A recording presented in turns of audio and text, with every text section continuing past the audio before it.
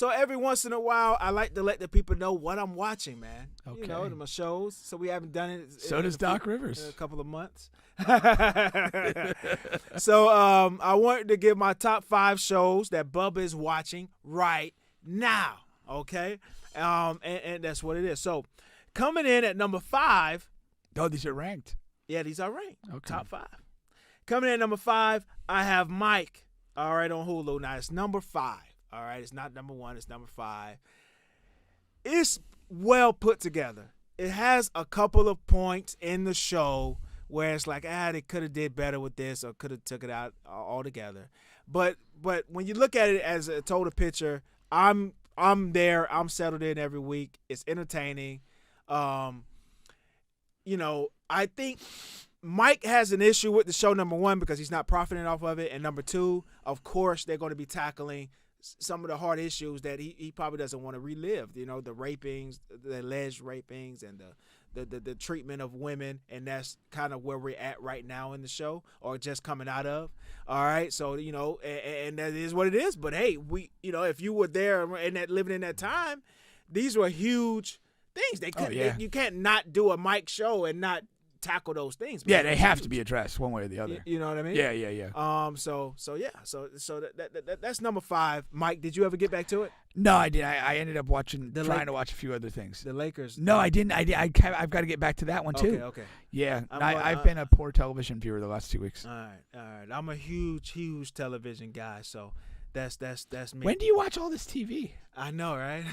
Well, you can answer instead of dodging the question. I watch at random times. Random times. I stay up late, and I'm a huge TV guy, but I have aspirations to write for TV. Yeah. Whenever that is, if it ever happens. But coming in at number 4 is In the Dark.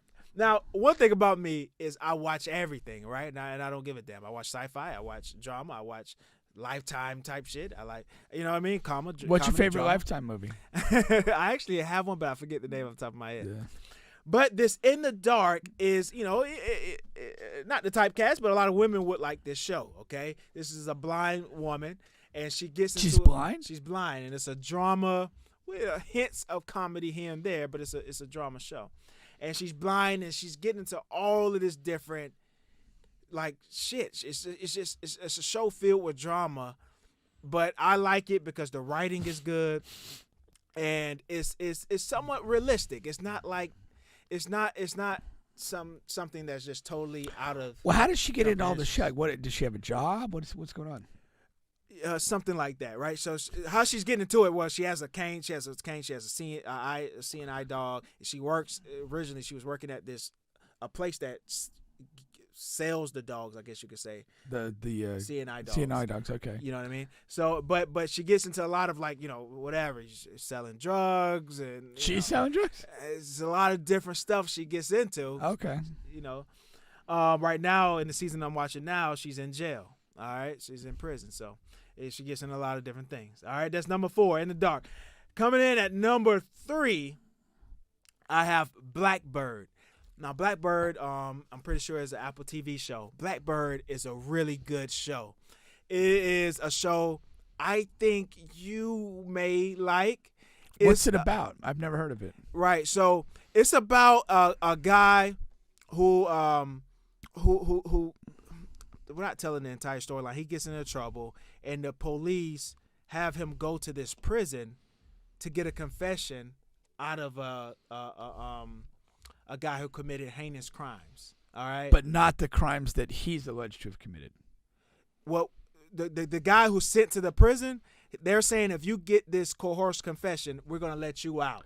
But is he getting a confession on the crime that he's alleged, or is he just getting a confession on another crime? So the guy who has committed the heinous crimes, yeah, it's the same type of crime. It's like a similar crime. It's what do they call those guys who pedophile? Yeah. Dude, I belong on Jeopardy. I nailed that. I could smell it. You did. Yeah, so it's the same thing. But it's one. Technically he's only in there for one charge. You know what I mean? Okay. But it's multiple women. All right. Okay. So if this guy goes in, how's gets he a pedophile confession, with women? Huh? Pedophile has to be a pedophile with girls. girls Or boys, if that's your thing. oh yeah, not to laugh, but So, yeah, yeah. boys if that's your thing. You laugh though. Yeah. We won't forget we that have laugh. YouTube people who come on the fucking thing. You guys laughing at this terrible thing. It's like, I mean, not laughing at that.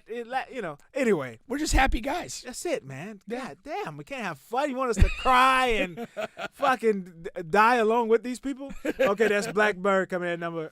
What's You that? don't have to get die. You just have to 3. get sexually abused, which might be worse.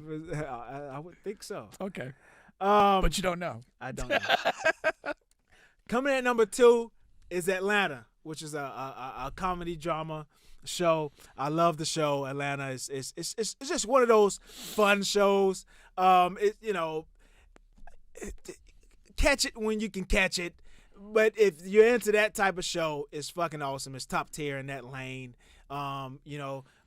It's not a lot of substance, if you could say, but the writing is really good. Glover is the main writer and director. He also does music. He's just a fucking talented guy. He's in the Jamie Foxx talent arena. Really? All right? Yeah. You put him in there? I put him in there because of everything he does. Really? Yeah, he's into fashion. He's into this, writing shows and doing that, and acting, and he does music. He raps, produces. Yeah. You know what I mean? I said arena. I didn't say. I don't think he's in the was arena. better I think he or might more be talented. I think he might be walking in the street outside the arena. Okay, that's fair. All right. All right. Yeah. Jamie is a fucking monster. I'm Yeah. not gonna dispute anything anti-Jamie. Okay. Coming at number 1 is The Shy. All right. Is that how you pronounce it? Yeah, The Okay. Shy. Because that's what they call Chicago. I probably mispronounced that though. I went with the Kai, the hard. The Kai. Yeah. I'm pretty sure Kai. I like would be being with a hard. K. You like? I don't really enjoy being hard if there's not a reason for it. Okay. Or like something's about to go down. You can always make a reason. Ask Doc. Ask Doc. The Shy is my favorite show I'm currently watching right now. It is a drama comedy. Like I say, it's based out of it's the hood, a hood in Chicago. So it's a lot of different things going on, a lot of different storylines. In this current season, I'm watching it, bringing politics in, and it's just a lot of things going on, man. You got my guy Kev. So you got a teenager storyline, then you got the adult storylines, and they're all connecting and they're doing their thing. It's really, really awesome writing, which is what I like to watch shows for, is to see how the writing is, and it's really elite. What in terms of like writing, elite writing, what are kind of for you like the hallmarks that you notice and say, damn, this is well written? Flow of a show, man. Because the flow of a show and when certain things hit. Because first of all, you gotta draw an audience in the beginning of a show. One of the things now when we're talking about the beginning of a show, we talking the beginning of the series, or you're talking on an episode to episode basis? Each episode. There's got to be an early draw. Yeah, got to be an early draw. Yeah. I watched I took a Shonda Rhimes class, who was my favorite writer in the business right now. Really? Yeah, she's done some amazing worked on some amazing shows. I thought she writes a lot of vapid nonsense. No. No, she writes some fucking monster. What shows has she done? She's done what's that doctor show? Grey's Anatomy. Grey's Anatomy. That's insufferably bad.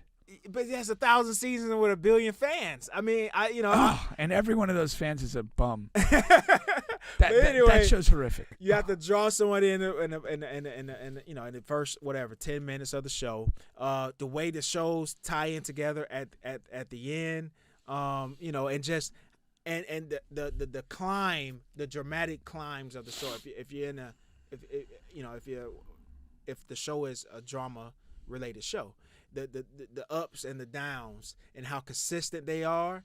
Right, you know what I mean. So it's just I always look for things like that as well. I have this belief that it's very difficult to write after season 2 or 3.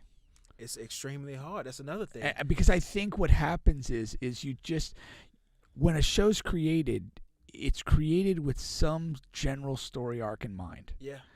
And usually that might be a 2 seasons, maybe a 3rd season, and at that point, the natural arc of the show from inception is done.